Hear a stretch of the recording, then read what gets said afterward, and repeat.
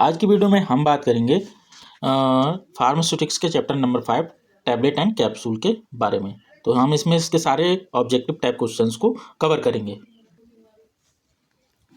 तो question number first है the disintegration time limit for film coating tablet is 15 minutes, 30 minutes, 45 minutes या 60 minutes. मतलब disintegrate होने के लिए फिल्म कोटेड टैबलेट जो होती है उसको डिसइंटीग्रेट होने के लिए कितनी टाइम की ज़रूरत पड़ती है। तो इसमें हमारा राइट आंसर जो है वो 30 मिनट्स, यानी कि राइट आंसर हमारे क्या है इसमें बी जो है हमारा राइट आंसर है। यानी 30 मिनट में, आधे घंटे में जो फिल्म कोटेड टैबलेट होती है वो डिसइंटीग्रेट होने लगती है। चलिए अपना नेक्स्ट क्वेश्चन देखते हैं। Which of the following is used as a diligent in tablet formulation. ठीक है, टैबलेट निर्माण में ग्लाइडेंट के रूप में कौन उपयोग होता है? सेल्यूलोज, एसीटेट, फेलेट और टॉक, पॉलीविनाइल क्लोराइड या कार्बोवैक्स। तो इनमें से कौन सा यूज होता है? तो इसका राइट आंसर है टाल्क, यानी कि बी। ठीक है, तो हमें ये ध्यान रखना है टैबलेट निर्माण में ग्लाइडेंट के रूप में उपयोग होने वाला कौन है? टाल्क। ठीक है, चलिए नेक्स्ट क्वेश्चन देखते हैं। Which type of coating is done to disintegrate the tablet in intestine. मतलब टैबलेट को आंत में घुलने के लिए किस प्रकार की कोटिंग की जाती है? शुगर कोटिंग की जाती है, फिल्म कोटिंग की जाती है, एंट्रिक कोटिंग की जाती है या नन ऑफ दी अबव। तो ठीक है, तो इसमें इसका राइट आंसर होगा एंट्रिंग कोटेड, यानी कि सी जो है इसका राइट आंसर है। आंत में घुलने के लिए जो टैबलेट पर कोटिंग की जाती है वो एंट्रिक कोटिंग होती है, जिससे टैबलेट आंत में पहुंचकर ही खुलती है। ये आपको याद रखना है। अब हम अपना नेक्स्ट क्वेश्चन देखते हैं। Which of the following is a method of preparation of granules. ठीक है, ग्रैनुअल्स बनाने की विधि कौन सी है? तो स्लजिंग विधि है, ड्राई ग्रैनुअल्स ग्रैनुलेशन है या वेट ग्रैनुलेशन है या ऑल ऑफ दी एबव।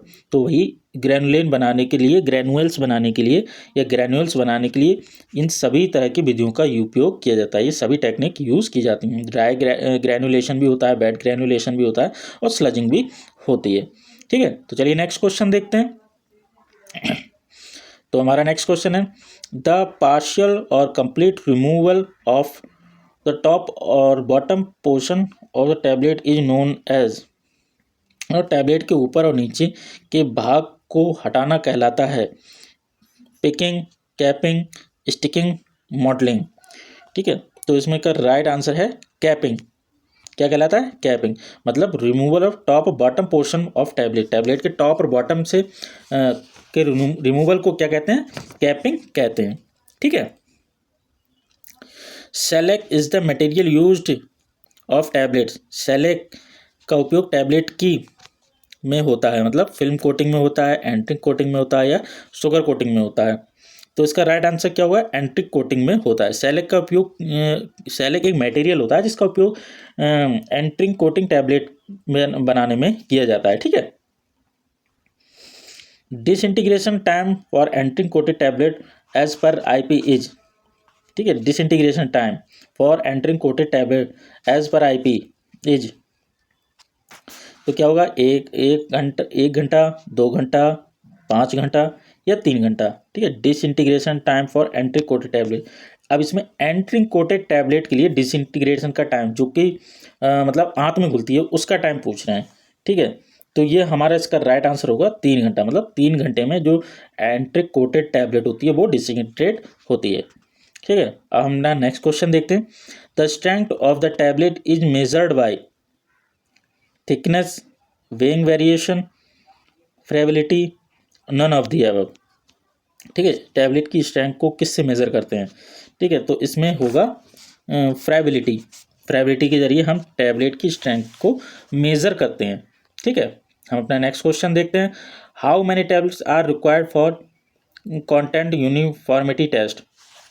मतलब कंटेंट यूनिफॉर्मिटी टेस्ट के लिए कितनी टैबलेट चाहिए? ठीक है, तो इसका राइट आंसर जो होगा वो होगा 10 टैबलेट्स। ठीक है, कंटेंट यूनिफॉर्मिटी टेस्ट के लिए कितनी टैबलेट चाहिए? तो 10 टैबलेट हमें चाहिए होती है। तो इसका राइट आंसर ए होगा। ठीक है, the temperature of dissolution media is maintain at. Dissolution media का तापमान रखा जाता है कितना? 37 degree Celsius, 37 plus minus 5 degree Celsius, 37 plus minus 1 degree Celsius, 37 plus minus 1.5 और 37 प्लस माइनस 2। ठीक है, तो इसमें का हमारा राइट आंसर क्या होगा? 37 प्लस माइनस 0.5 डिग्री सेल्सियस। ठीक है, डिसोल्यूशन मीडिया को मेंटेन रखने के लिए इतना टेम्परेचर रिक्वायर्ड होता है। ठीक है, अब हम अपना नेक्स्ट क्वेश्चन देखते हैं। Weight variation for tablet weighing ranging from 80 से 250 mg इज, मतलब 80 से 250 mg टैबलेट के लिए वेट वेरिएशन है 10%, 7.5%, 5% या नन ऑफ दी एबव। तो इसका राइट आंसर होगा 5%। ठीक है, 80 से 250 mg की टैबलेट को वेइंग रेंज, मतलब इसकी मतलब वेइंग मतलब वजन की रेंज जो है वो 5% होती है। और अपना नेक्स्ट क्वेश्चन है, lactose is used as diluent, glidant, lubricant या डिसइंटीग्रेंट। ठीक है, तो इसका राइट आंसर जो होगा वो है डाइल्यूएंट की तरह। लैक्टोज का यूज़ किसकी तरह किया जाता है? डाइल्यूएंट की तरह किया जाता है। ठीक है, डाइल्यूएंट मैं आपको बता चुका हूँ, पिछली वीडियो में मैंने आपको बताया था डाइल्यूएंट क्या होता है। तो अब हम अपना नेक्स्ट क्वेश्चन देखते हैं। To increase bulk of the tablet which excipient is added. ठीक है, टैबलेट का बल्क बढ़ाने के लिए कौन से एक्सपिएंट का यूज़ किया जाता है? ग्लाइडेंट का यूज़ किया जाता है, लुब्रिकेंट का यूज़ किया जाता है, डाइल्यूएंट का यूज़ किया जाता है। देखिए डाइल्यूएंट से ही 2 क्वेश्चन आ गए इसमें, तो 13 का हमारा राइट आंसर जो है वो सी, डाइल्यूएंट। डाइल्यूएंट का यूज़ किया जाता है बल्क बढ़ाने के लिए, मतलब आकार बढ़ाने के लिए। और इससे पहले लैक्टोज के बारे में पूछा था, तो लैक्टोज क्या है? एक डाइल्यूएंट है। ठीक है, ये आपको ध्यान रखना है। तो 13 का राइट आंसर क्या होगा? डाइल्यूएंट, यानी कि सी। चलिए नेक्स्ट क्वेश्चन देखते हैं। Which of the following excipient can be used as a binder of granulation. Granulation में बाइंडर के रूप में कौन सा एक्सपिएंट उपयोग होता है? Magnesium, magnesium stearate, starch mucilage, kaolin, fuller अर्थ।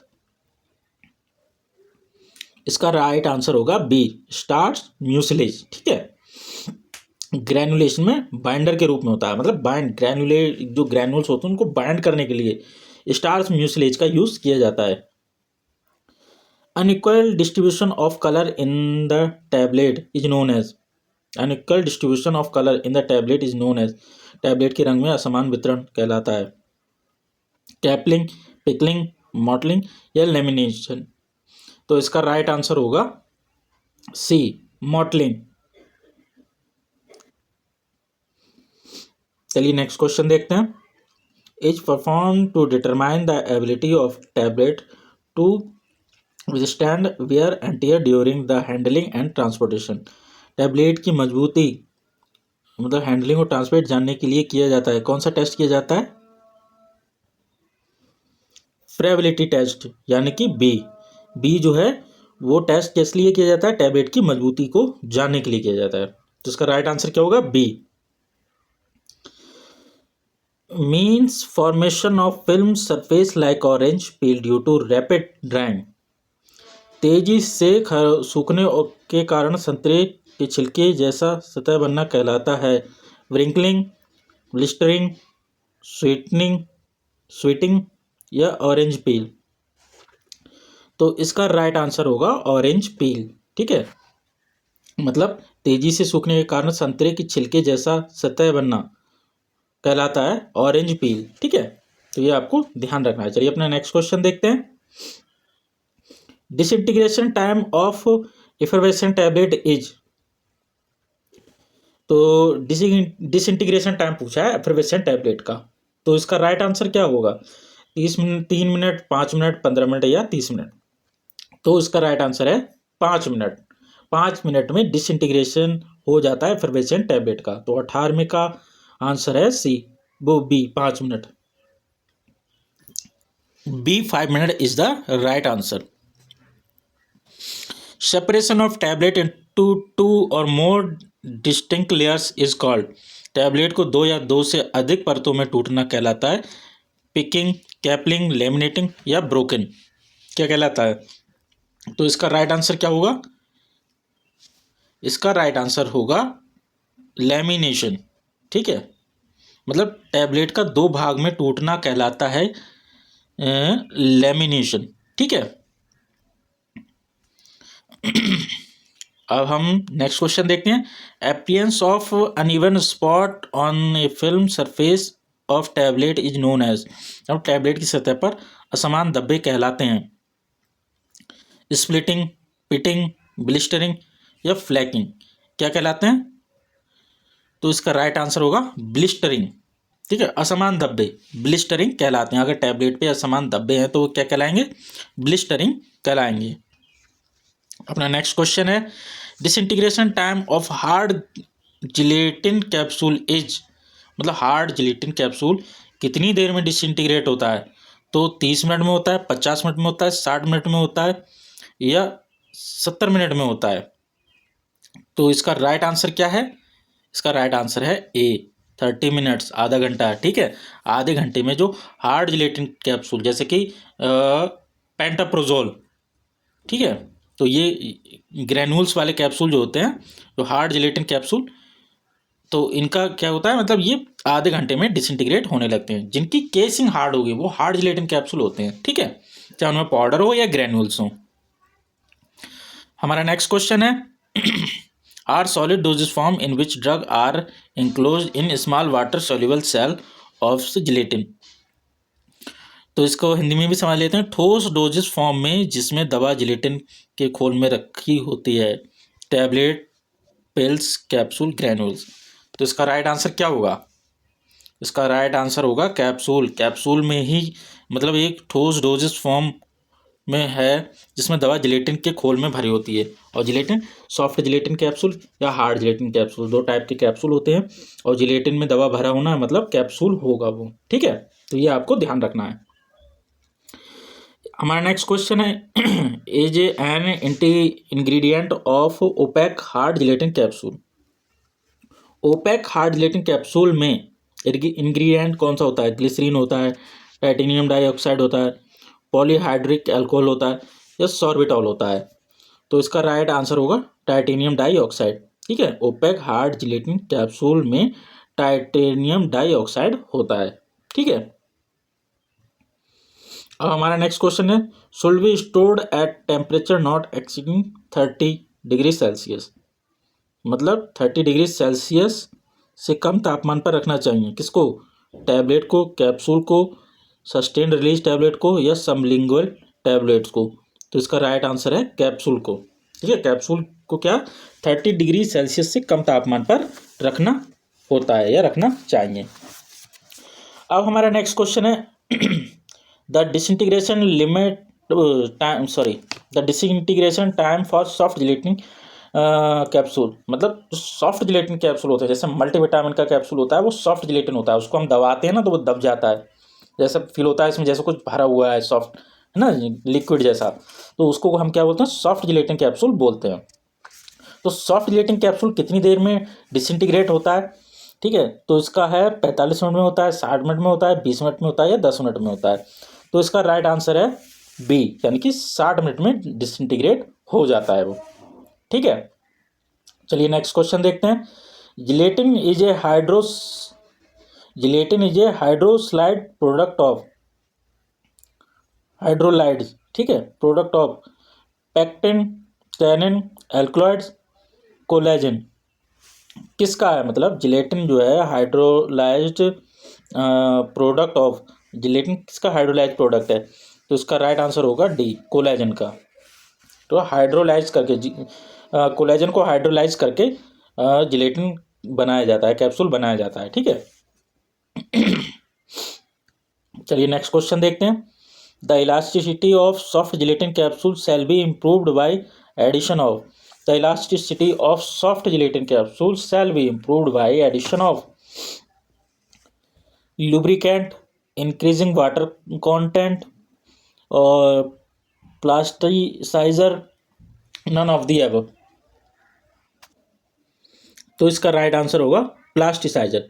क्यों? क्योंकि सॉफ्ट जिलेटिन कैप्सूल का लचीलापन जो है बढ़ाने में प्लास्टिसाइजर्स का ही उपयोग किया जाता है, जिससे वो मतलब लचीले हो जाते हैं। ठीक है, सॉफ्ट जिलेटिन की बात हो रही है। अब हमारा नेक्स्ट क्वेश्चन है, rotary die process is used for filling in the capsule. Rotary die प्रक्रिया भरने के लिए उपयोग की जाती है। पाउडर भरने के लिए उपयोग की जाती है, लिक्विड भरने के लिए उपयोग की जाती है, पैलेट या ग्रैन्यूल्स। रोटरी डाई प्रोसेस, ठीक है। तो इसका राइट आंसर है लिक्विड। कि जो जैसे सॉफ्ट जिलेटिन कैप्सूल होते हैं, उनमें जो लिक्विड ड्रग होती है उसको भरने के लिए रोटरी डाई प्रोसेस का उपयोग किया जाता है। ठीक है, तो ये आपको ध्यान रखना है। तो इसका राइट आंसर हमारा क्या होगा, B, liquid. Rotary die process use करके लिक्विड को कैप्सूल में भरा जाता है। सॉफ्ट जिलेटिन कैप्सूल की बात हो रही है। ठीक है। अब हमारा नेक्स्ट क्वेश्चन है, the moisture content of soft gelatin capsule is. तो इसमें 10%, 30% या 16 से कम, ठीक है, या 20 से 26%। तो हमें इसमें हमारा राइट आंसर जो होगा वो होगा 20, 9 से 13%। ठीक है, सॉफ्ट जिलेटिन कैप्सूल में नमी की मात्रा कितनी होती है, 9 से 13% होती है। ये हमें ध्यान रखना है। ठीक है, हमारा नेक्स्ट क्वेश्चन है, capsules normally fall into two main categories. Capsule को मुख्य दो प्रकार के capsule normally fall into two main category. Capsule दो मुख्य प्रकार के होते हैं, hard gelatin capsule and soft gelatin capsule. यही पहला ही इसका सही है भाई। कैप्सूल कितने टाइप के होते हैं, हार्ड जिलेटिन और सॉफ्ट जिलेटिन। तो इसका राइट आंसर क्या हो गया, ए। बाकी ये हमारे सब गलत हैं। ठीक है, तो चलिए हम अपना नेक्स्ट क्वेश्चन देखते हैं। The largest size of capsule is denoted by which number. मतलब कैप्सूल का जो सबसे बड़ा साइज है वो किस नंबर से डिनोट किया जाता है। तो इसका राइट आंसर है 000। जो 000 साइज का जो कैप्सूल होगा वो सबसे बड़ा कैप्सूल होगा। ठीक है, चलिए अपने नेक्स्ट क्वेश्चन देखते हैं, which of the following step not involve in manufacturing of hard gelatin capsule shells. मतलब जो हार्ड जिलेटिन कैप्सूल के खोल होते हैं, सेल मीन्स खोल, उनको बनाने के लिए इनमें से कौन सा प्रोसेस नहीं यूज किया जाता है। तो डिपिंग, स्पिनिंग, ट्रिमिंग या रफिंग। ठीक है, तो इसका आंसर है रफिंग मेथड। रफिंग मेथड जो है वो हार्ड जिलेटिन कैप्सूल के मैन्युफैक्चरिंग में यूज नहीं किया जाता है। ठीक है, अब हम अपना नेक्स्ट क्वेश्चन देखते हैं, the plasticisers used as the manufacturing of soft gelatin capsule is sorbitol, povidone, polythene glycol, hydroxy propylene, methyl cellulose.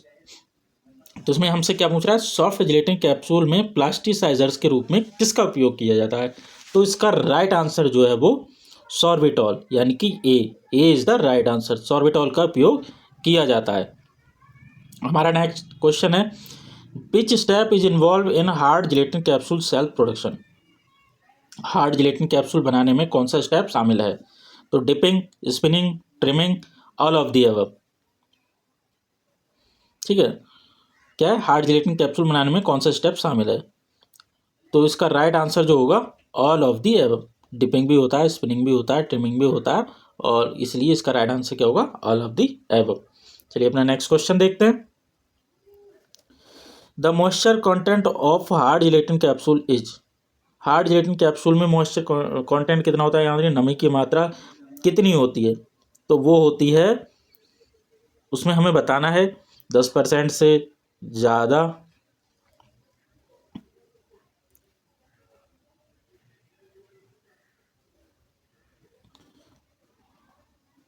एक minute, the moisture content of hard gelatin capsule is. Hard gelatin capsule में नमी की मात्रा कितनी होती है, less than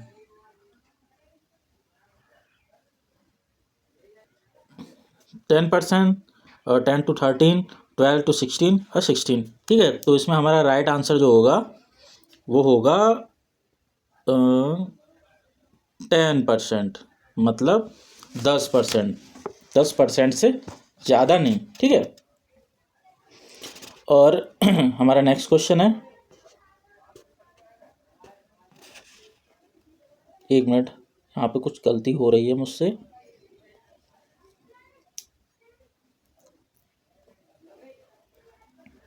नहीं नहीं, 12 से 16% इसका राइट आंसर होगा। सी इज़ द राइट आंसर। ठीक है, इसका राइट आंसर क्या होगा? सी। आपको ध्यान रखना है, इसमें थोड़ी सी मिस्टेक है, ठीक है, लेकिन आपको ध्यान रखना है कि moisture content hard gelatin capsule में मॉइस्चर कंटेंट कितना होता है? 12 से 16% होता है, ठीक है। हमारा नेक्स्ट क्वेश्चन है, which capsule size has the smallest capacity? किस कैप्सूल का आकार सबसे छोटा होता है? तो किसका होता है? तो इसमें जितना, ऐसा समझिए, जितना नंबर ज़्यादा बड़ा होगा वो कैप्सूल का साइज उतना ही छोटा होगा। तो इसमें हमारा सबसे बड़ा नंबर कौन सा है? 5, ठीक है। तो इसमें हमारा राइट आंसर कौन सा होगा? 5, यानी कि D is the right answer, ठीक है। हमारा नेक्स्ट है, कैप्सूल होते हैं unit, solid dosage form, liquid dose form, gas doses form, या ऑल ऑफ दी एबव? तो इसका राइट आंसर क्या होगा? ए, मतलब कैप्सूल क्या होते हैं? यूनिट सॉलिड डोजेज फॉर्म होते हैं, ठीक है। सॉलिड ही तो होते हैं, उनको हम हाथ में कैरी कर लेते हैं, ठीक है। लिक्विड फॉर्म थोड़ी होते हैं, कोई सिरप या एलिक्सर या सस्पेंशन थोड़ी है ना, गैस हैं, तो वो यूनिट सॉलिड डोजेज फॉर्म होते हैं कैप्सूल, ठीक है। तो हमारा नेक्स्ट क्वेश्चन है, empty gelatin capsule shell can be made from? मतलब खाली जिलेटिन कैप्सूल सेल से बन सकता है, क्या बन सकता है? जिलेटिन, HPMC, या कैराजिनेन, या ऑल ऑफ दी अबव?